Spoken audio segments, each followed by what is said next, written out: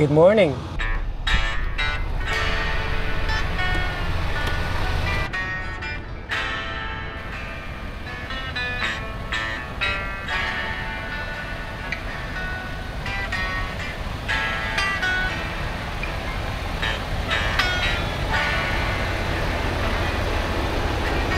Yun.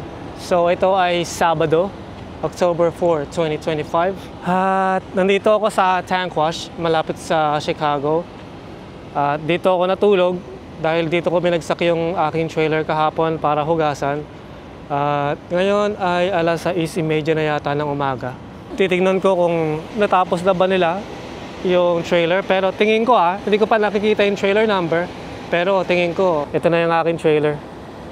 Kasi merong bangas yung, ang tawag dyan, hose tube. Tapos nakikita nyo naman parang merong marka ng sticker. Yung hot, tsaka yung description. So tingin ko ito na yung aking trailer. Tingnan natin yung number. Kung ito nga yun. Kung hindi man, bahala na si Batman. OMSIM, ito na nga yung trailer natin. Malinis na.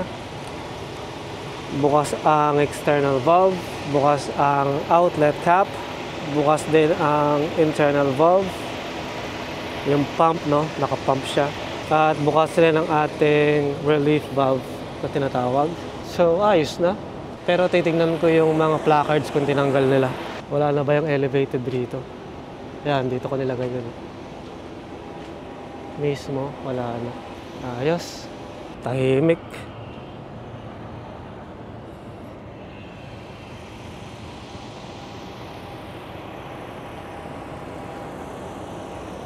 Itong sa harap, wala na ring placard. Saka yan yung ating washout ticket. Ayos na. So, Sabado nga ngayon at madalit salita, dito ako mag-weekend sa Amerika. Dahil yung pickup na binigay sa akin ay sa Lunes pa ang pickup. Diyan lang sa Lima, Ohio. Papunta lang naman ng London, Ontario. Grabe. Wala, slow down, man. Grabe. 2 araw na ako maghihintay para sa load. Pero itong katabi ko, parehas kami ng shock, pero sa kanya mid-roof. At napansin ko lang na parang ang ganda ng headlight niya. Pwede ako magpalit ng ganyang headlight sa headlight ko. Parehas lang sila ng style. Ayan, style talaga ng size. So, tanungin ko kaya ito kung saan niya pinagawa yan. Yun ang ganda.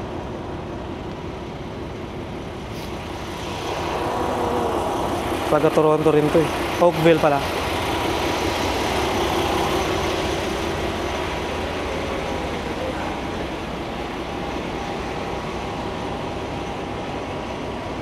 Parehas kami ng pagkakaano ng hose. Kasi nga parehas kami ng truck. Pero sa kanya pinagdugtong niya yung magkabilang end ng hoses. Pero sa akin, nakaganyan lang. Ayos. So, yung Lima, mga 4-hour drive lang. Wala pang 4 na oras, nandun na ako. At 6:30 pa lang ng umaga ngayon. So, baka ang gawin ko ay pumunta na ako doon. Sa customer na pupuntahan ko, merong malapit na Loves, yung truck stop. Siguro doon na lang ako magpapalipas ng Sabado and Linggo. Kaysa dito sa tank wash na to kasi wala lang. Doon na lang ako sa may bandang US 30. Yung kukunin kong load, hazmat siya. At hindi ko pa alam kung anong klaseng chemical yun. Pero kagabi, nung dumating ako dito sa tank wash, mga anong oras ba yon? Siguro mga alas 12, tanghali. No, mga na pala, alas 3. Tapos, konting pahinga lang ako. Kumain ako, tapos konting pahinga. Natulog yata ako mga 6. Nalimpungatan ako ng 6:30. Tapos, ngayon lang ako nagising 12 hours ako natulog. Mahigit 12 hours. Grabe, bumawi yung katawan ko, Kasi, wala Talagang puyat-puyat din ako, Anyway, ano bang gagawin ko? Siguro magkakape lang muna ako. At mamaya, lalaga na tayo. habang maaga pa. Siguro Sabado ng umaga wala pa masyadong traffic. Kaya siguro magko-connecta na ako sa trailer. Tapos magkakapila ng konti and then larga na tayo. Gawin natin yan. Oh, ito yung lalaking naka 1 million. Safe driver. Ayos ah. So naka on duty na tayo sa ating logbook. Hinihintay ko lang tong maging 15 minutes. Tapos kukonekta na tayo ng ating trailer. Pero habang naghihintay, magkape-kape muna tayo, man. Cheers!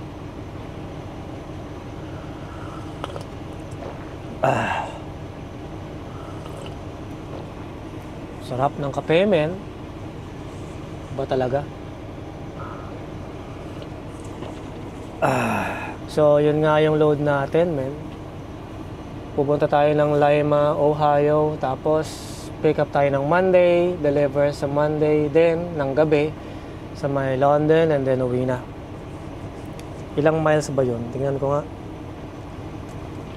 So, mula sa Lima, Ohio hanggang London, Ontario, 254 miles. So, mga 4-hour drive. Maganda yung load. Malaki yung halaga, no? Pumapatak siyang $7 per mile. Tama ba? Oo, mismo. Malaki ang halaga ng ating kargada ngayon. So, ito yung ating estimated line haul. $1,781. And yung ating loaded miles ay 256 miles. So, mga nga siya? $7 per mile. Tapos, wala nang fueling to, men. Rekta na to. Kasi nag-full tank na tayo mula dun sa Morrisburg. So, yan ang ating fuel level ngayon. Aabot na to hanggang bahay. Hanggang Oakville pala. So, mag-warm up na yung ating DPF. So, kailangan kong hintayin itong matapos bago ko i-drive. Para maganda yung takbo niya mamaya. Ayan na, nag-warm up na. So, ayos lang. Marami naman tayong oras. Marami tayong paghihintay ngayon, men. Sabado ng umaga, linggo ng buong araw. Tapos, trabaho tayo sa Lunes. So, okay lang tayo maghintay ngayon. So, nag-warm up na yung ating DPF. At nakalagay naman ay okay to drive if necessary. Pero hihintayin kong matatapos yan para wala tayong magiging problema sa ating DPF in the future. So ipapaliwanag ko lang ng mabilis kung ano ba ang ibig sabihin nitong DPF warm-up na to. So unang-una sa lahat, yung DPF, yan po yung tinatawag na Diesel Particulate Filter. Yan po yung nagfi-filter ng mga soot, yung mga parang ashes sa ating exhaust system. Dahil over time, nag-accumulate ng mga soot ang ating mga tambucho. Alam nyo naman yan, pati sa kotse, merong ganyan. Sa kotse, ang pagtanggal ng mga soot, kailangan mo ng remover o kaya dadalhin mo sa mekaniko. Ano po yun, yung soot, parang yan yung mga abo na namumuo sa tambucho.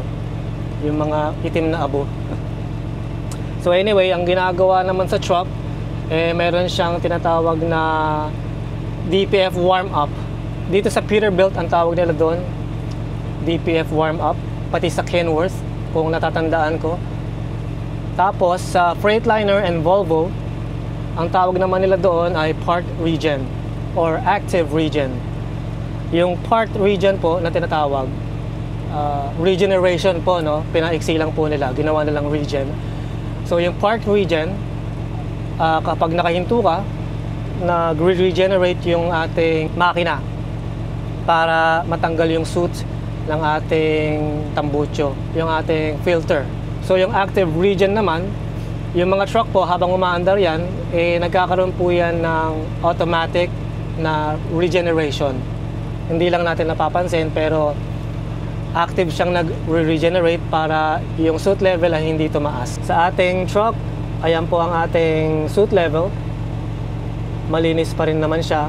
So, little to no soot ang ating truck ngayon, pero meron pa rin yung konting mga soot, kaya niya wina-warm up yung ating DPF para nang sa ganon, maganda yung pag-filter niya sa mga soot papunta sa ating exhaust or palabas sa ating exhaust. Parang ganon. Usually, sa mga truck, ang part regen ay isi-switch mo tong toggle na yan habang nakatapak ka sa service brakes. para mag-activate yung park regen na tinatawag. So kaya hindi muna ako magde-drive, hihintayin ko tong matapos para nang sa ganun hindi mag-build up yung suit or mawala yung mga suit na kung anong merong suit meron tayo sa may bandang exhaust natin para maging swabe lang yung ating engine. Siyempre kapag yung ating tambucho barado, paano ilalabas ng engine yung kanyang combustion? Yung pagsunog niya ng diesel, kailangan niyang ilabas yun kasi nga parang ano yan parang umaapoy yan, parang ganon. So kunwari nagbo-barbecue ka, tinakpan mo yung grill mo ng takip tapos nakasarado lahat ng vent, madalit salita lahat ng usok makukulob, so wala siyang lalabasan. Ibig sabihin maganda yon pang smoke, pero sa truck, sa mga kotse hindi maganda yon, kaya tayo merong mga tambucho para ilabas niya yung usok na meron sa ating makina. Hindi ako eksperto sa mga ganyan kasi hindi naman ako mekaniko, pero ang alam ko lang, kapag nagbe-burn ng diesel yung ating truck mula sa ating fuel tanks papunta sa injector, papunta sa mga barbula ba ang tawag doon, or mga piston, nagsusunog ng fuel yan, and then yung usok nun kailangan niyang ilabas sa exhaust. Yun lang yung alam ko na nangyayari. And yung DPF naman, yung diesel particulate filter na tinatawag, yun po yung nagfi-filter ng mga soot palabas ng ating tambucho. Kasi kapag walang filter, yung ating tambucho ay magbabarado, hindi na niya malalabas yung usok, parang ganon. Anyway, hintayin ko lang matapos to ating regen or DPF warm-up, tsaka natin i-connecta yung ating tractor sa ating trailer. So dahil nga mahalaga ang ating filter na yan, yung DPF, ano naman ang klaseng maintenance ang magagawa natin dyan? Ako po as a driver, wala po akong kakayahan para linisin yan.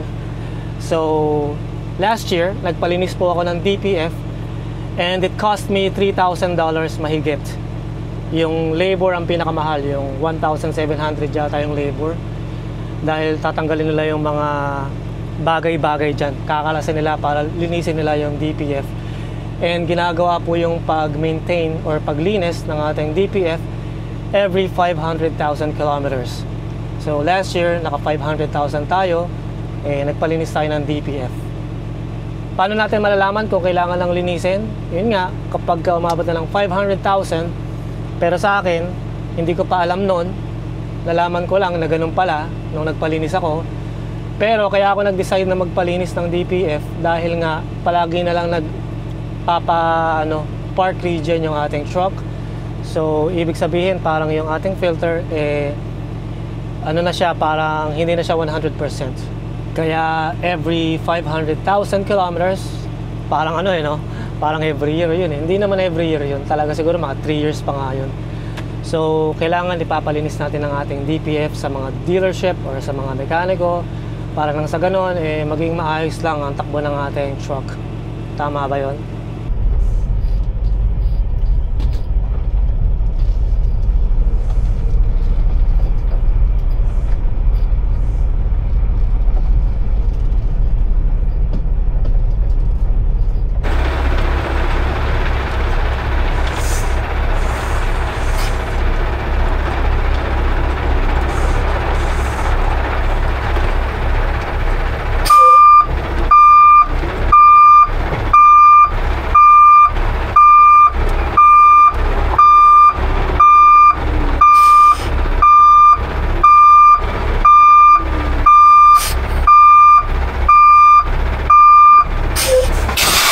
Grabe naman mag-trip tong mga to. Sobrang taas. Ano yan? Sobra. Pero ayos lang yan. Ibababa lang natin ang ating legs para bumaba siya.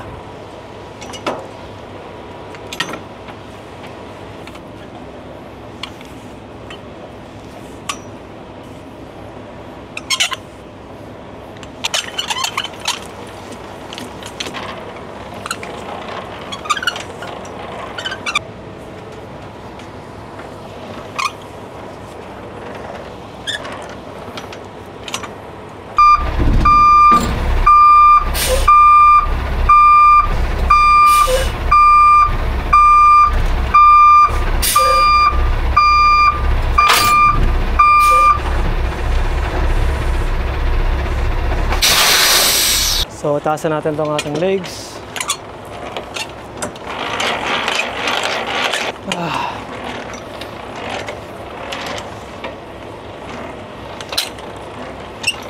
So, nakalak na yung jaw ng ating fifth wheel. Walang space ang apron, tsaka fifth wheel. Tapos, pasok na yung handle. Nakataas na rin ang ating legs. Connecta naman natin ang ating mga linya ngayon.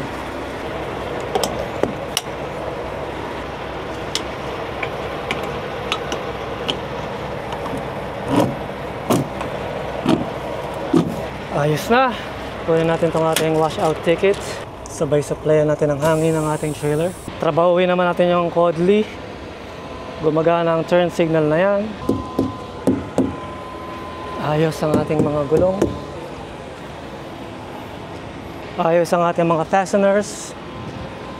Nakataas ang ating mga airbags. Wala ako nakikitang mga nakalaylay ng mga cables dyan. Tanggalin natin itong ating external assembly.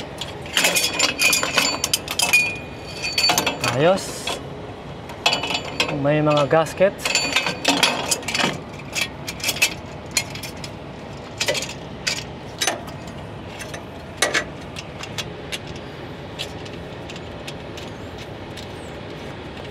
Higpitan natin to. Sarado na natin to.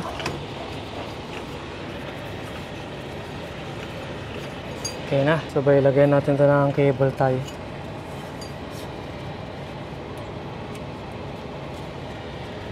Mismo.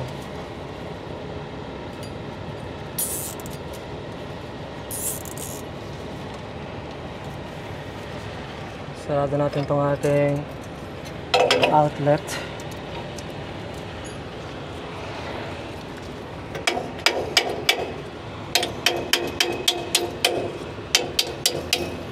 Sabay lagyan natin ng cable tie. Requirement ng customer.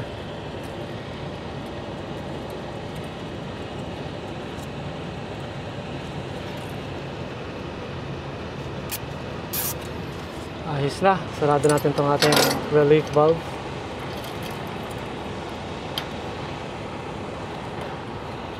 Ayos. Ayos na yan. Doon naman tayo sa taas. Gumagana pa rin ang ating turn signals.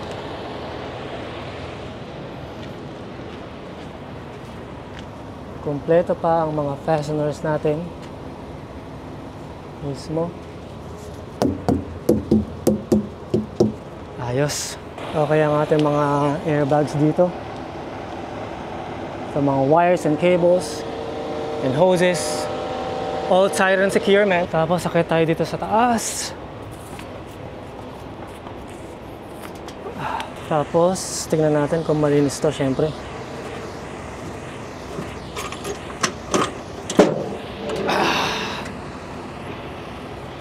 Malinis at meron tayong gasket. Okay na.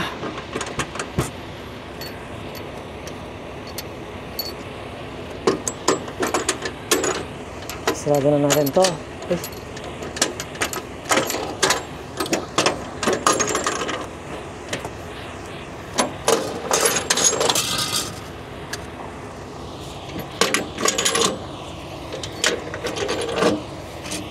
Ayos. Lagyan natin ng cable tie. Requirement ng customer. Sarado natin to.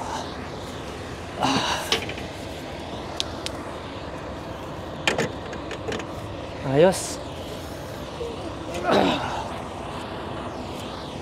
Tapos check natin yung ating mga washout caps.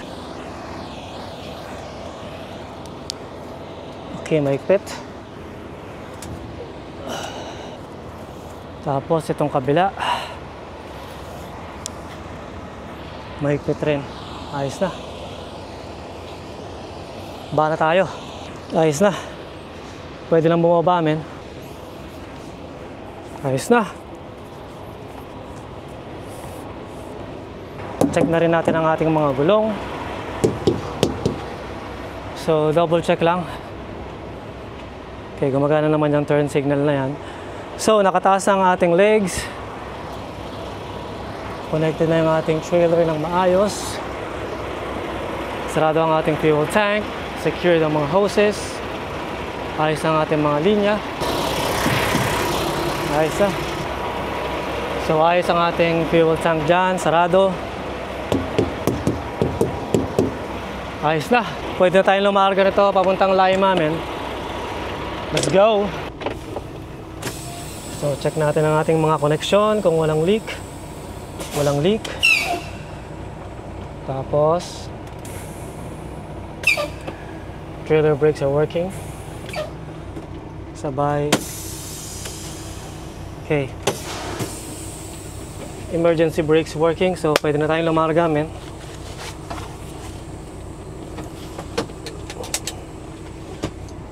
Okay, let's go.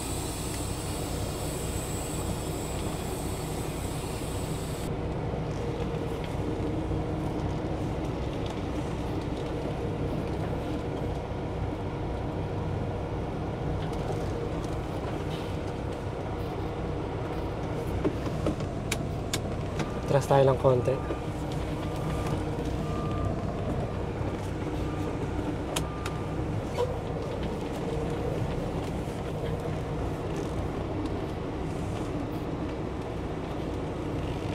Ayos na.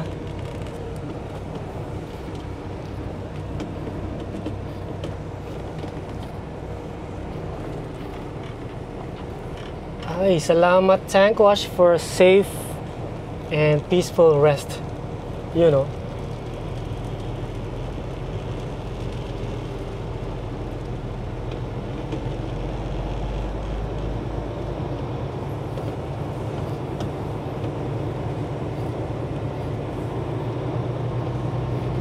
Four-hour drive, man. 4 hours tayo magdadrive ngayon. Tapos pahinga na hanggang mamayang gabi, Sabado. Tapos bukas, buong araw ng Linggo, pahinga rin. Hindi ako nakapagsimba. So walang oncoming traffic. Let's go.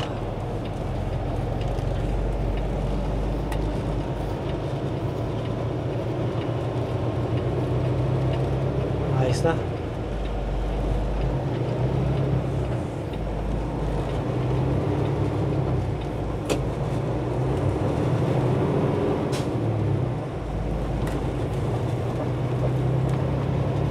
Kanan tayo dito sa light.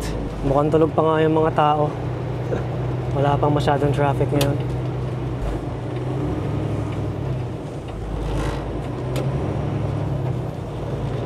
Ayos na, men. Napunta na sa kabila yung araw. Sa kaliwa na natin. So ang lugar pala na to, ang tawag ay Summit. Dito sa Illinois. Sa baba siya ng Chicago. Tahimik din yung lugar na to, men. Pero anyway, magdadrive muna ako. Tapos cut natin to sa may truck stop mamaya, malapit sa Lima, Ohio. Gawin natin yan.